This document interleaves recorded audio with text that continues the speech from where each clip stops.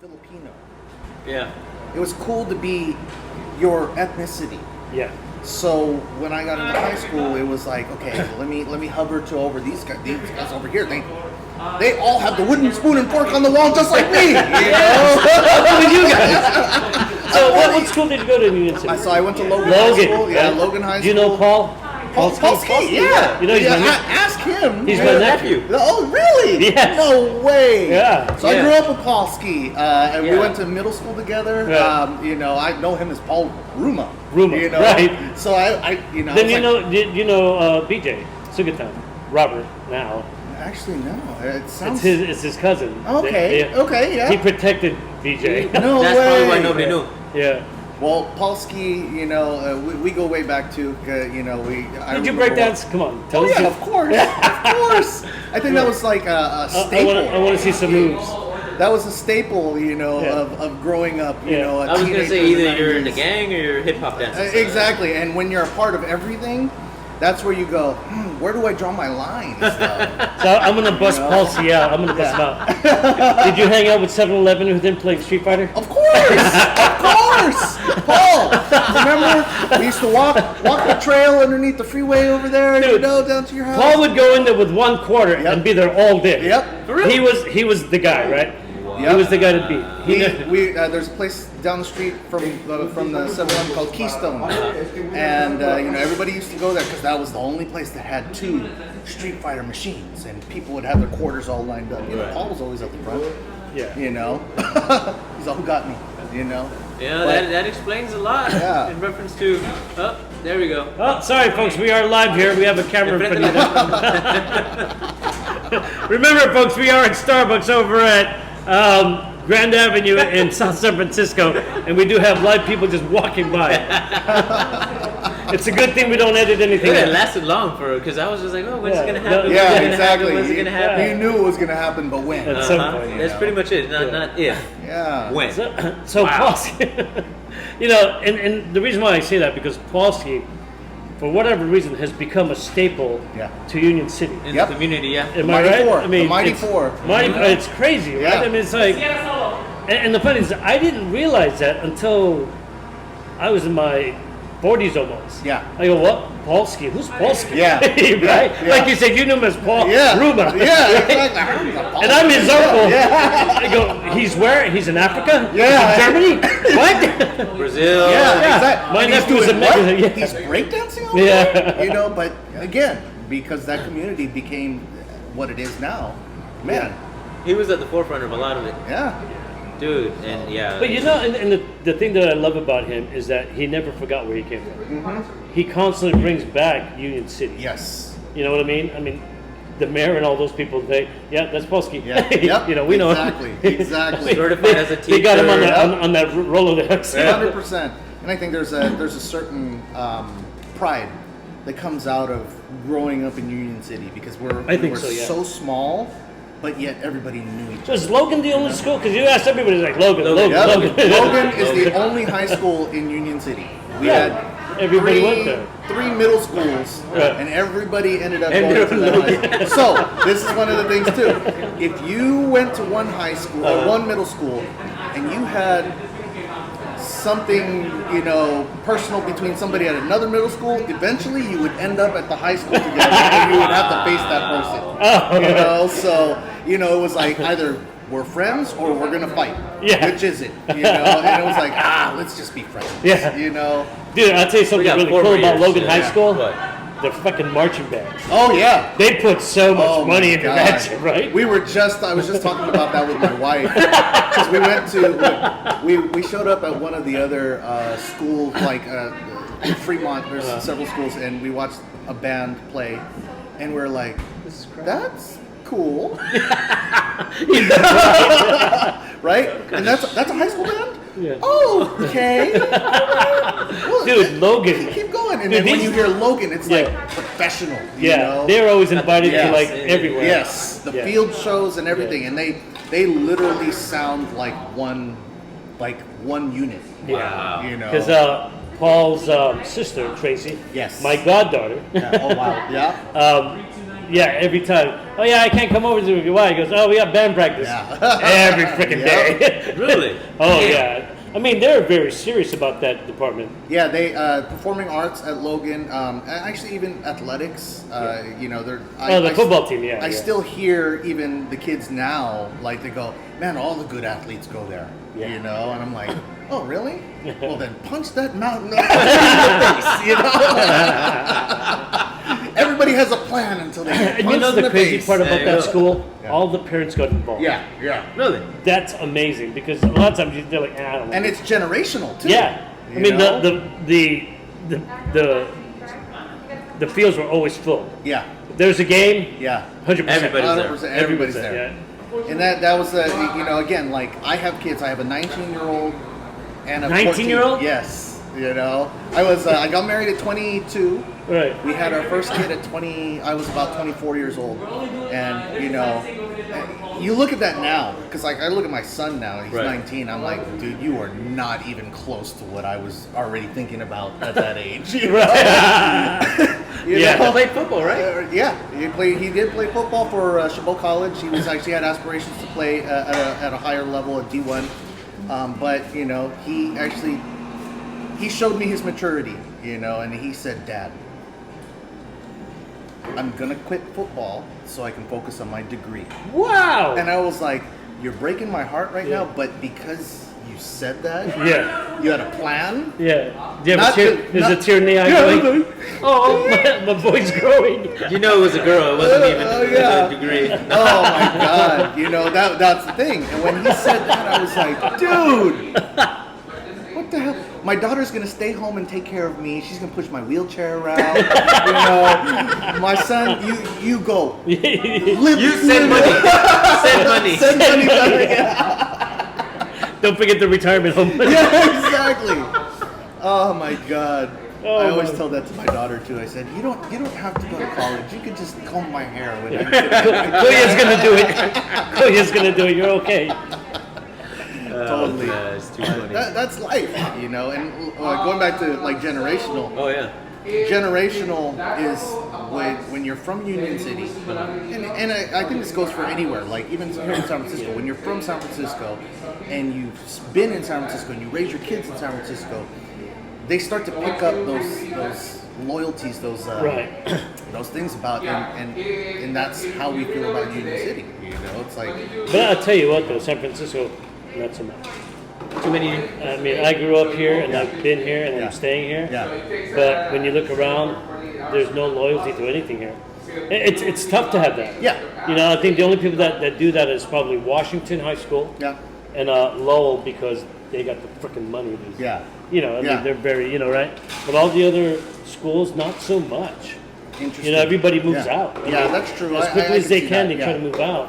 Yeah. And so you don't get that. Well, we'd love to move out of Union City, but you know, it's just like they don't stay there because they want to. Yeah. Right? Well, no, You can't can't afford anything else. Well, yeah, there, you know, even worse though here in Yeah, San yeah, Francisco, though. I mean, right? Well, yeah. Hey, It's whatever just- you're paying there, we're paying triple. Yeah, yeah, true.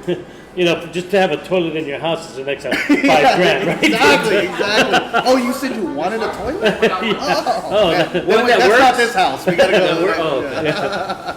Water's extra. We do have a shovel. Yeah, exactly. But you know, that's life. And again, you know, Polsky, if you see this, Oh, he'll see it. hey,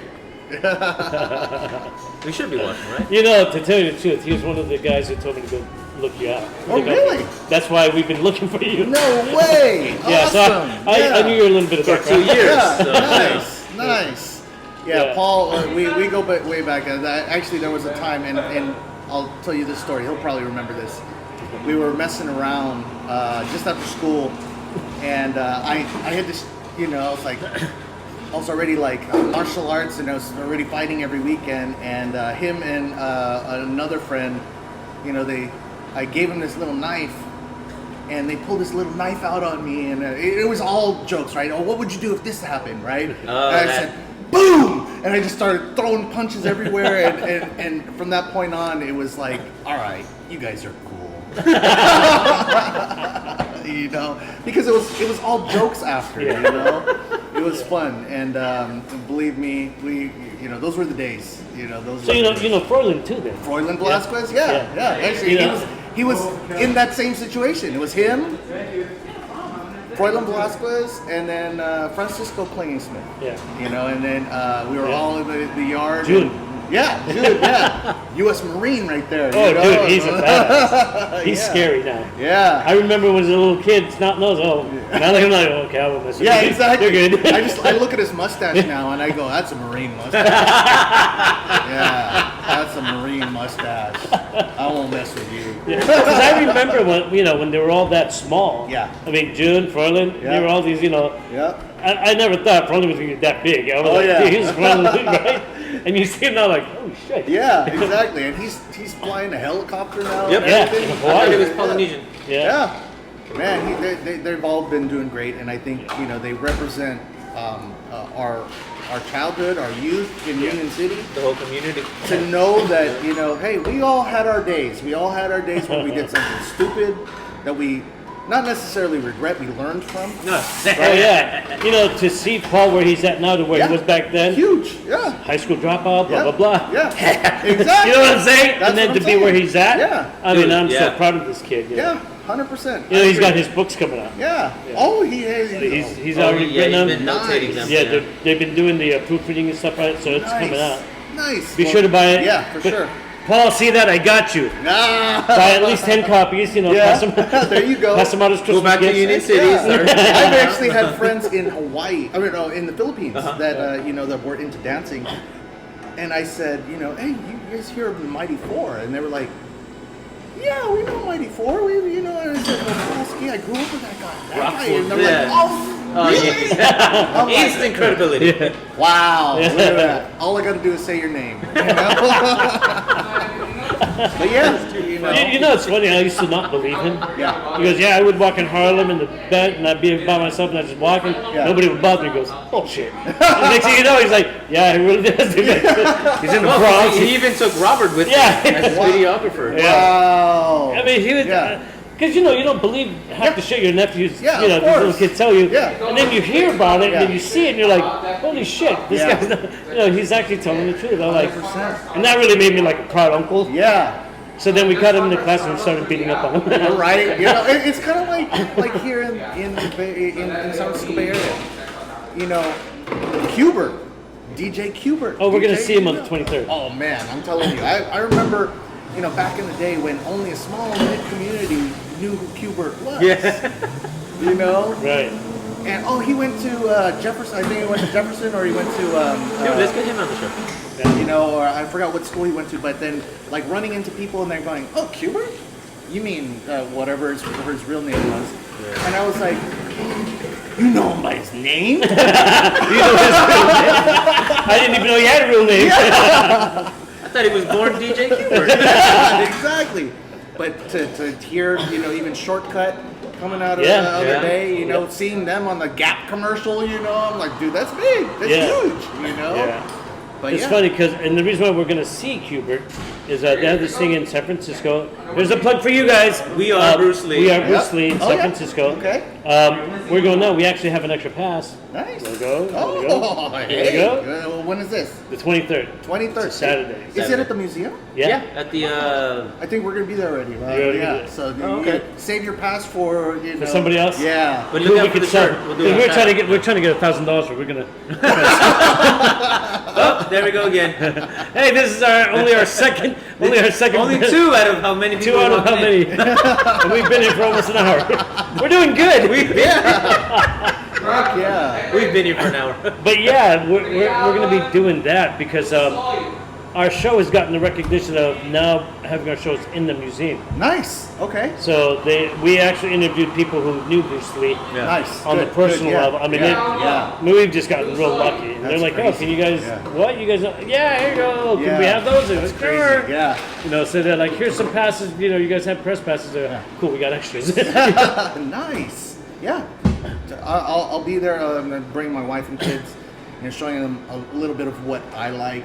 Because that's they don't know. Oh, I mean, okay. they know about my daughter trains. My son trains. He used to train, I should say. Right. I got him to his purple belt, and then he chose football after that. Yeah. But it made him a beast. Oh, I bet. You know? And then my big daughter. coach is like, go back to your dad. Go back to your dad. Yeah, exactly. They come back and bring that shit. I'm telling you, I taught him some tricks that, like, I'm telling you, like, I'll say, that guy gets in your face, just grab him, you know, whatever. It's not even words, just grunts and groans. Yeah. Oh, his hand fighting was all, you know, I won't take it all. I'll give it to his coach. Yeah. But I taught my son a lot of the hand fighting. Get your hands off of me, you know? And Fair play trap. No, I saw some of the clips. He's outside linebacker, right? He was a middle linebacker all the way through high school. When he started playing for Chabot, outside linebacker, and then he did a little bit of O-line, left guard. One of the smallest guys on the left guard, but I'm telling you, every time they always put him up against the big dude, Right. Of because course. he's got leverage and he knows how to stay in front of him. You know, you know. So he's got an IQ for the game. You know? Nice. You like my research guy? Yeah. He That's pretty good that you know that. Yeah. He digs deep. Yeah. Even with the wrong name. I know. Did not know his real name until this day. He gave me something else, and I'm like, what the? How am I supposed to research someone doesn't exist? It's so funny because like when you text me, right, you said, oh, I'm over in something San Francisco, right? Yeah. I go, Nahin, I think my dyslexia kicked in because I think he went to a different address. So I had to look at my thing and go, no, I got it right.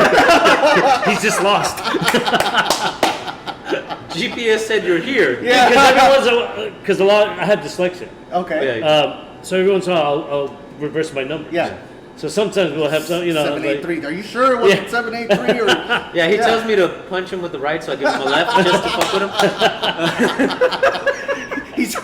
He's tightening this side of his face. And he just I said this side. Oh, that's your dyslexia kicking in. Okay.